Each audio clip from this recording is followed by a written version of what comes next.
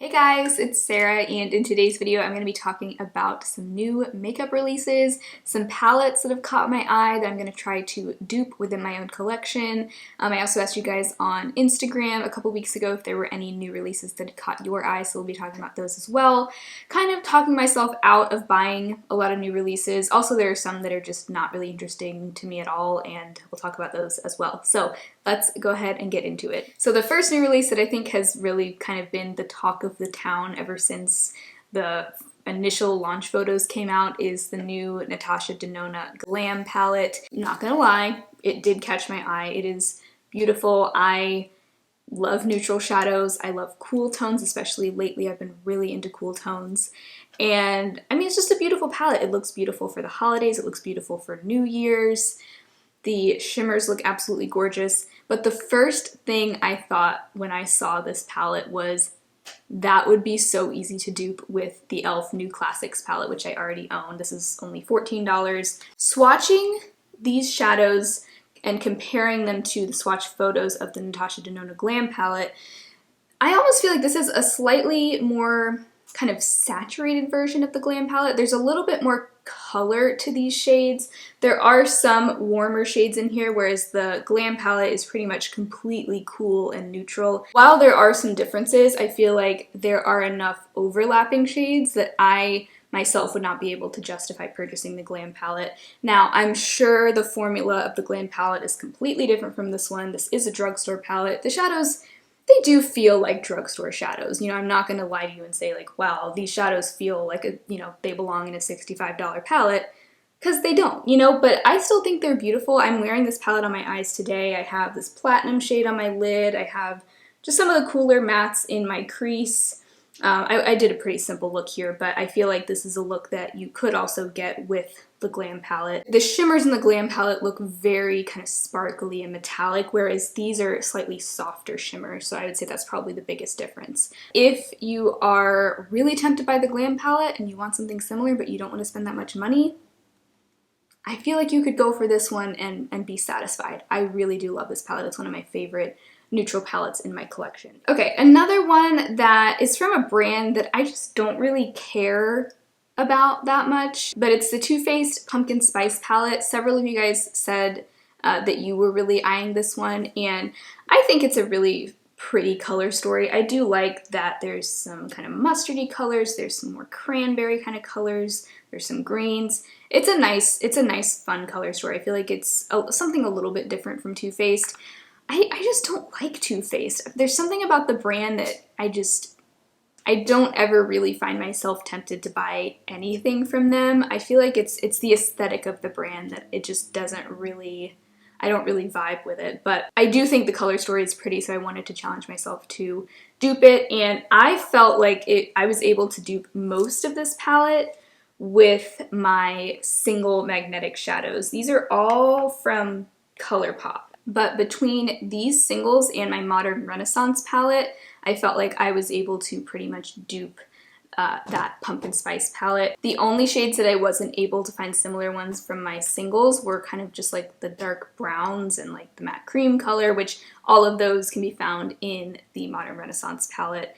I didn't have an exact dupe for that deeper purple, but I don't even really like that color purple on my eyes anyway, and I felt like this 143 shade from ColourPop was close enough.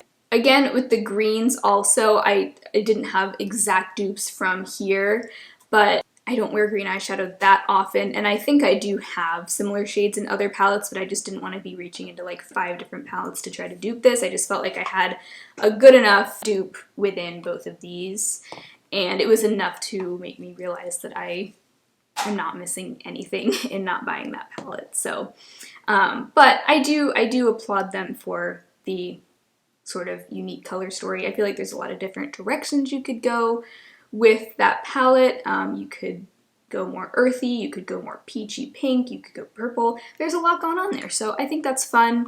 I can appreciate the color story, but I don't need to buy it. Another palette that the more I looked at the photos of this, the more I started to want it. Sigma. Sigma is doing a really good job with their palettes. All of their last 3 main palette releases, Enchanted, Corderosa, and now Untamed have all like made me do a double take. Really trying not to buy much more makeup at all this year. I've already reached the maximum number of palettes that I set for myself in my makeup inventory. My max this year was 15 and I now have exactly 15. So really trying not to buy any new palettes this year. So the Untamed palette, gorgeous, beautiful, beautiful color story. I think it's really beautiful for fall, but also the holidays. The first thing I thought when I saw this, and a lot of people have said the same, is that it does have some similarities with the Anastasia Subculture palette, which is actually my 1 month 1 palette for September. There definitely are several sort of dupe shades between these two. I do feel like Subculture leans a little bit deeper and more grungy, whereas the Sigma Untamed palette seems to have more kind of bright, colorful pops in it. Like with those purples and the royal blue. But between that and some of my single shadows again, and also the Billie Beauty Eyes of India palette, I feel like I have pretty much all those shades already in my collection, and I could definitely, you know, if I were to watch a tutorial with the Sigma Untamed palette, I could create a similar look with what I already own. So again, I don't feel like I'm missing anything. As beautiful as it is, and as much as I love all those colors all together in one place, I will again be skipping that palette. Those are the 3 main recent eyeshadow palette releases that have definitely gotten my attention, and I'm happy that I no longer really feel tempted to buy them now that I've kind of looked at my own collection. Okay, a couple of new ColourPop releases that I don't even feel like I need to dupe because I am just not even that interested are the new Coast to Coral collection, specifically the palette. I'm confused as to why they released this in September, because to me it looks like a spring and summer palette, especially with a name like Coast to Coral. That makes me think of like the ocean and, you know, vacation, all of that. So pretty looking, but I have all those shades already for sure. Same with this new Charlotte Tilbury palette, the Bejeweled Eyes to Hypnotize, I think is what it's called. I'm not interested in that at all. I feel like I definitely have all those shades in my collection. Lots of holiday releases are starting to come out, so we may be due for another one of these videos soon, because I'm sure there will be a lot more new releases that will be coming out in the next like few weeks. But okay, another new brand release that has been getting a lot of attention online is Rare Beauty, Selena Gomez's new brand. Am I the only one that's not at all excited about this? I don't really care about celebrity brands.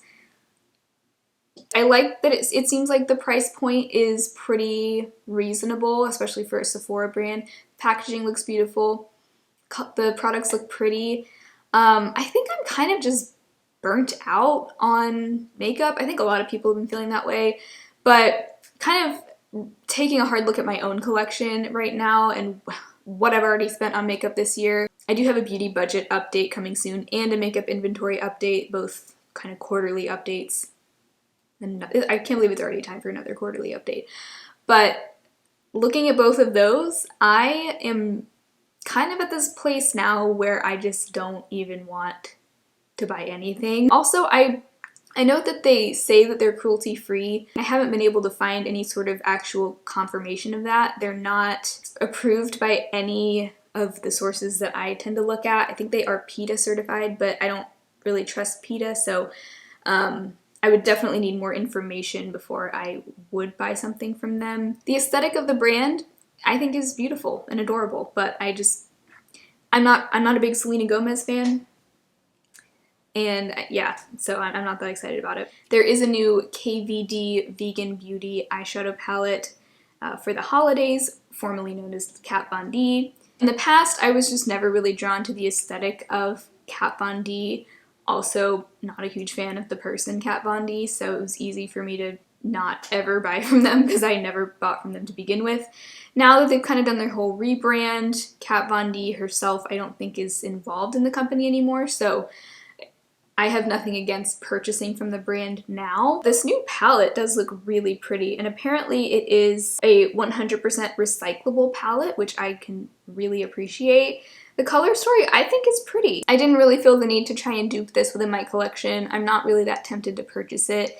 Maybe if it gets rave reviews, I would consider it, but just looking at it, I can see that I don't need any of those shades. The ColourPop Candyland collection, that's another one that I'm confused as to why this launched like late summer, early fall, because it looks like a spring collection to me.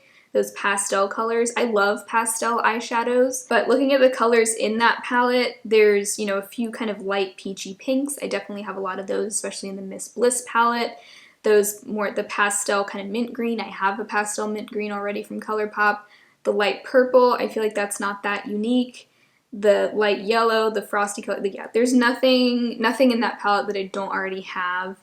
And it's also just not really, I don't like that kind of childish aesthetic. I like for my makeup to feel a little bit more luxe or just a little bit more grown up. I feel like it looks like play makeup, kind of, you know? So the last new release I wanted to talk about are the new Tower 28 glosses. So Tower 28 is a brand that kind of just popped up from out of nowhere earlier this year, and they've been getting a ton of hype online, and I have to say I am intrigued. I am not sure about the cruelty-free status. I honestly haven't even checked, but yeah, I'd have to look it up. But their new Shine On Lip Jellies are a recent release of theirs, and they look really cute and really pretty. But I did reach into my collection and pick out a few glosses that I feel like seem similar in formula. They're all sort of like a sheer tint of color rather than a very pigmented gloss. So the three that I have here, I feel like these cover all my bases in terms of colors that I would be interested in. I have a light baby pink from e.l.f. in the shade Pink Cosmo. That looks similar to me to the shade Oat. This one I actually recently got in PR through Octoly, but it's the Bite Yaysayer Plumping Gloss in Sugar Drizzle. Really enjoying this formula, but this is a clear gloss with kind of a champagne-y gold shimmer suspended in it. That to me looks really similar to the shade Magic from Tower 28. So I already have something like that. Then my ColourPop Ultra Glossy Lip in Champagne Mommy is kind of more of a rose gold peachy gloss. Those three, I just think these are kind of all I need when it comes to sheer glosses.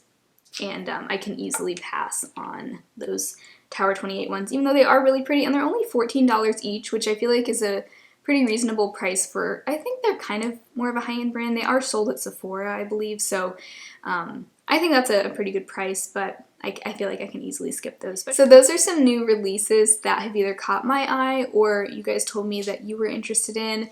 And yeah, just kind of my thoughts on them. The ones that really tempted me, I'm glad that I was able to so easily talk myself out of them by just looking into my own collection. And I definitely recommend doing that if you are on a low buy or you're just trying to limit your purchases. Anytime you see a new makeup release, especially a palette release, try to dupe it within your collection, because for me at least, 9 times out of 10, I can easily dupe something with what I already own. So yeah, that is it for today's video. If you enjoyed it, make sure to give it a thumbs up so that I know you liked it. I do like to do these every couple months or so. Really fun to film, and you guys seem to like them as well, so I definitely plan to continue this series. And also make sure you subscribe to my channel. Hopefully I will see you again in my next video. Bye.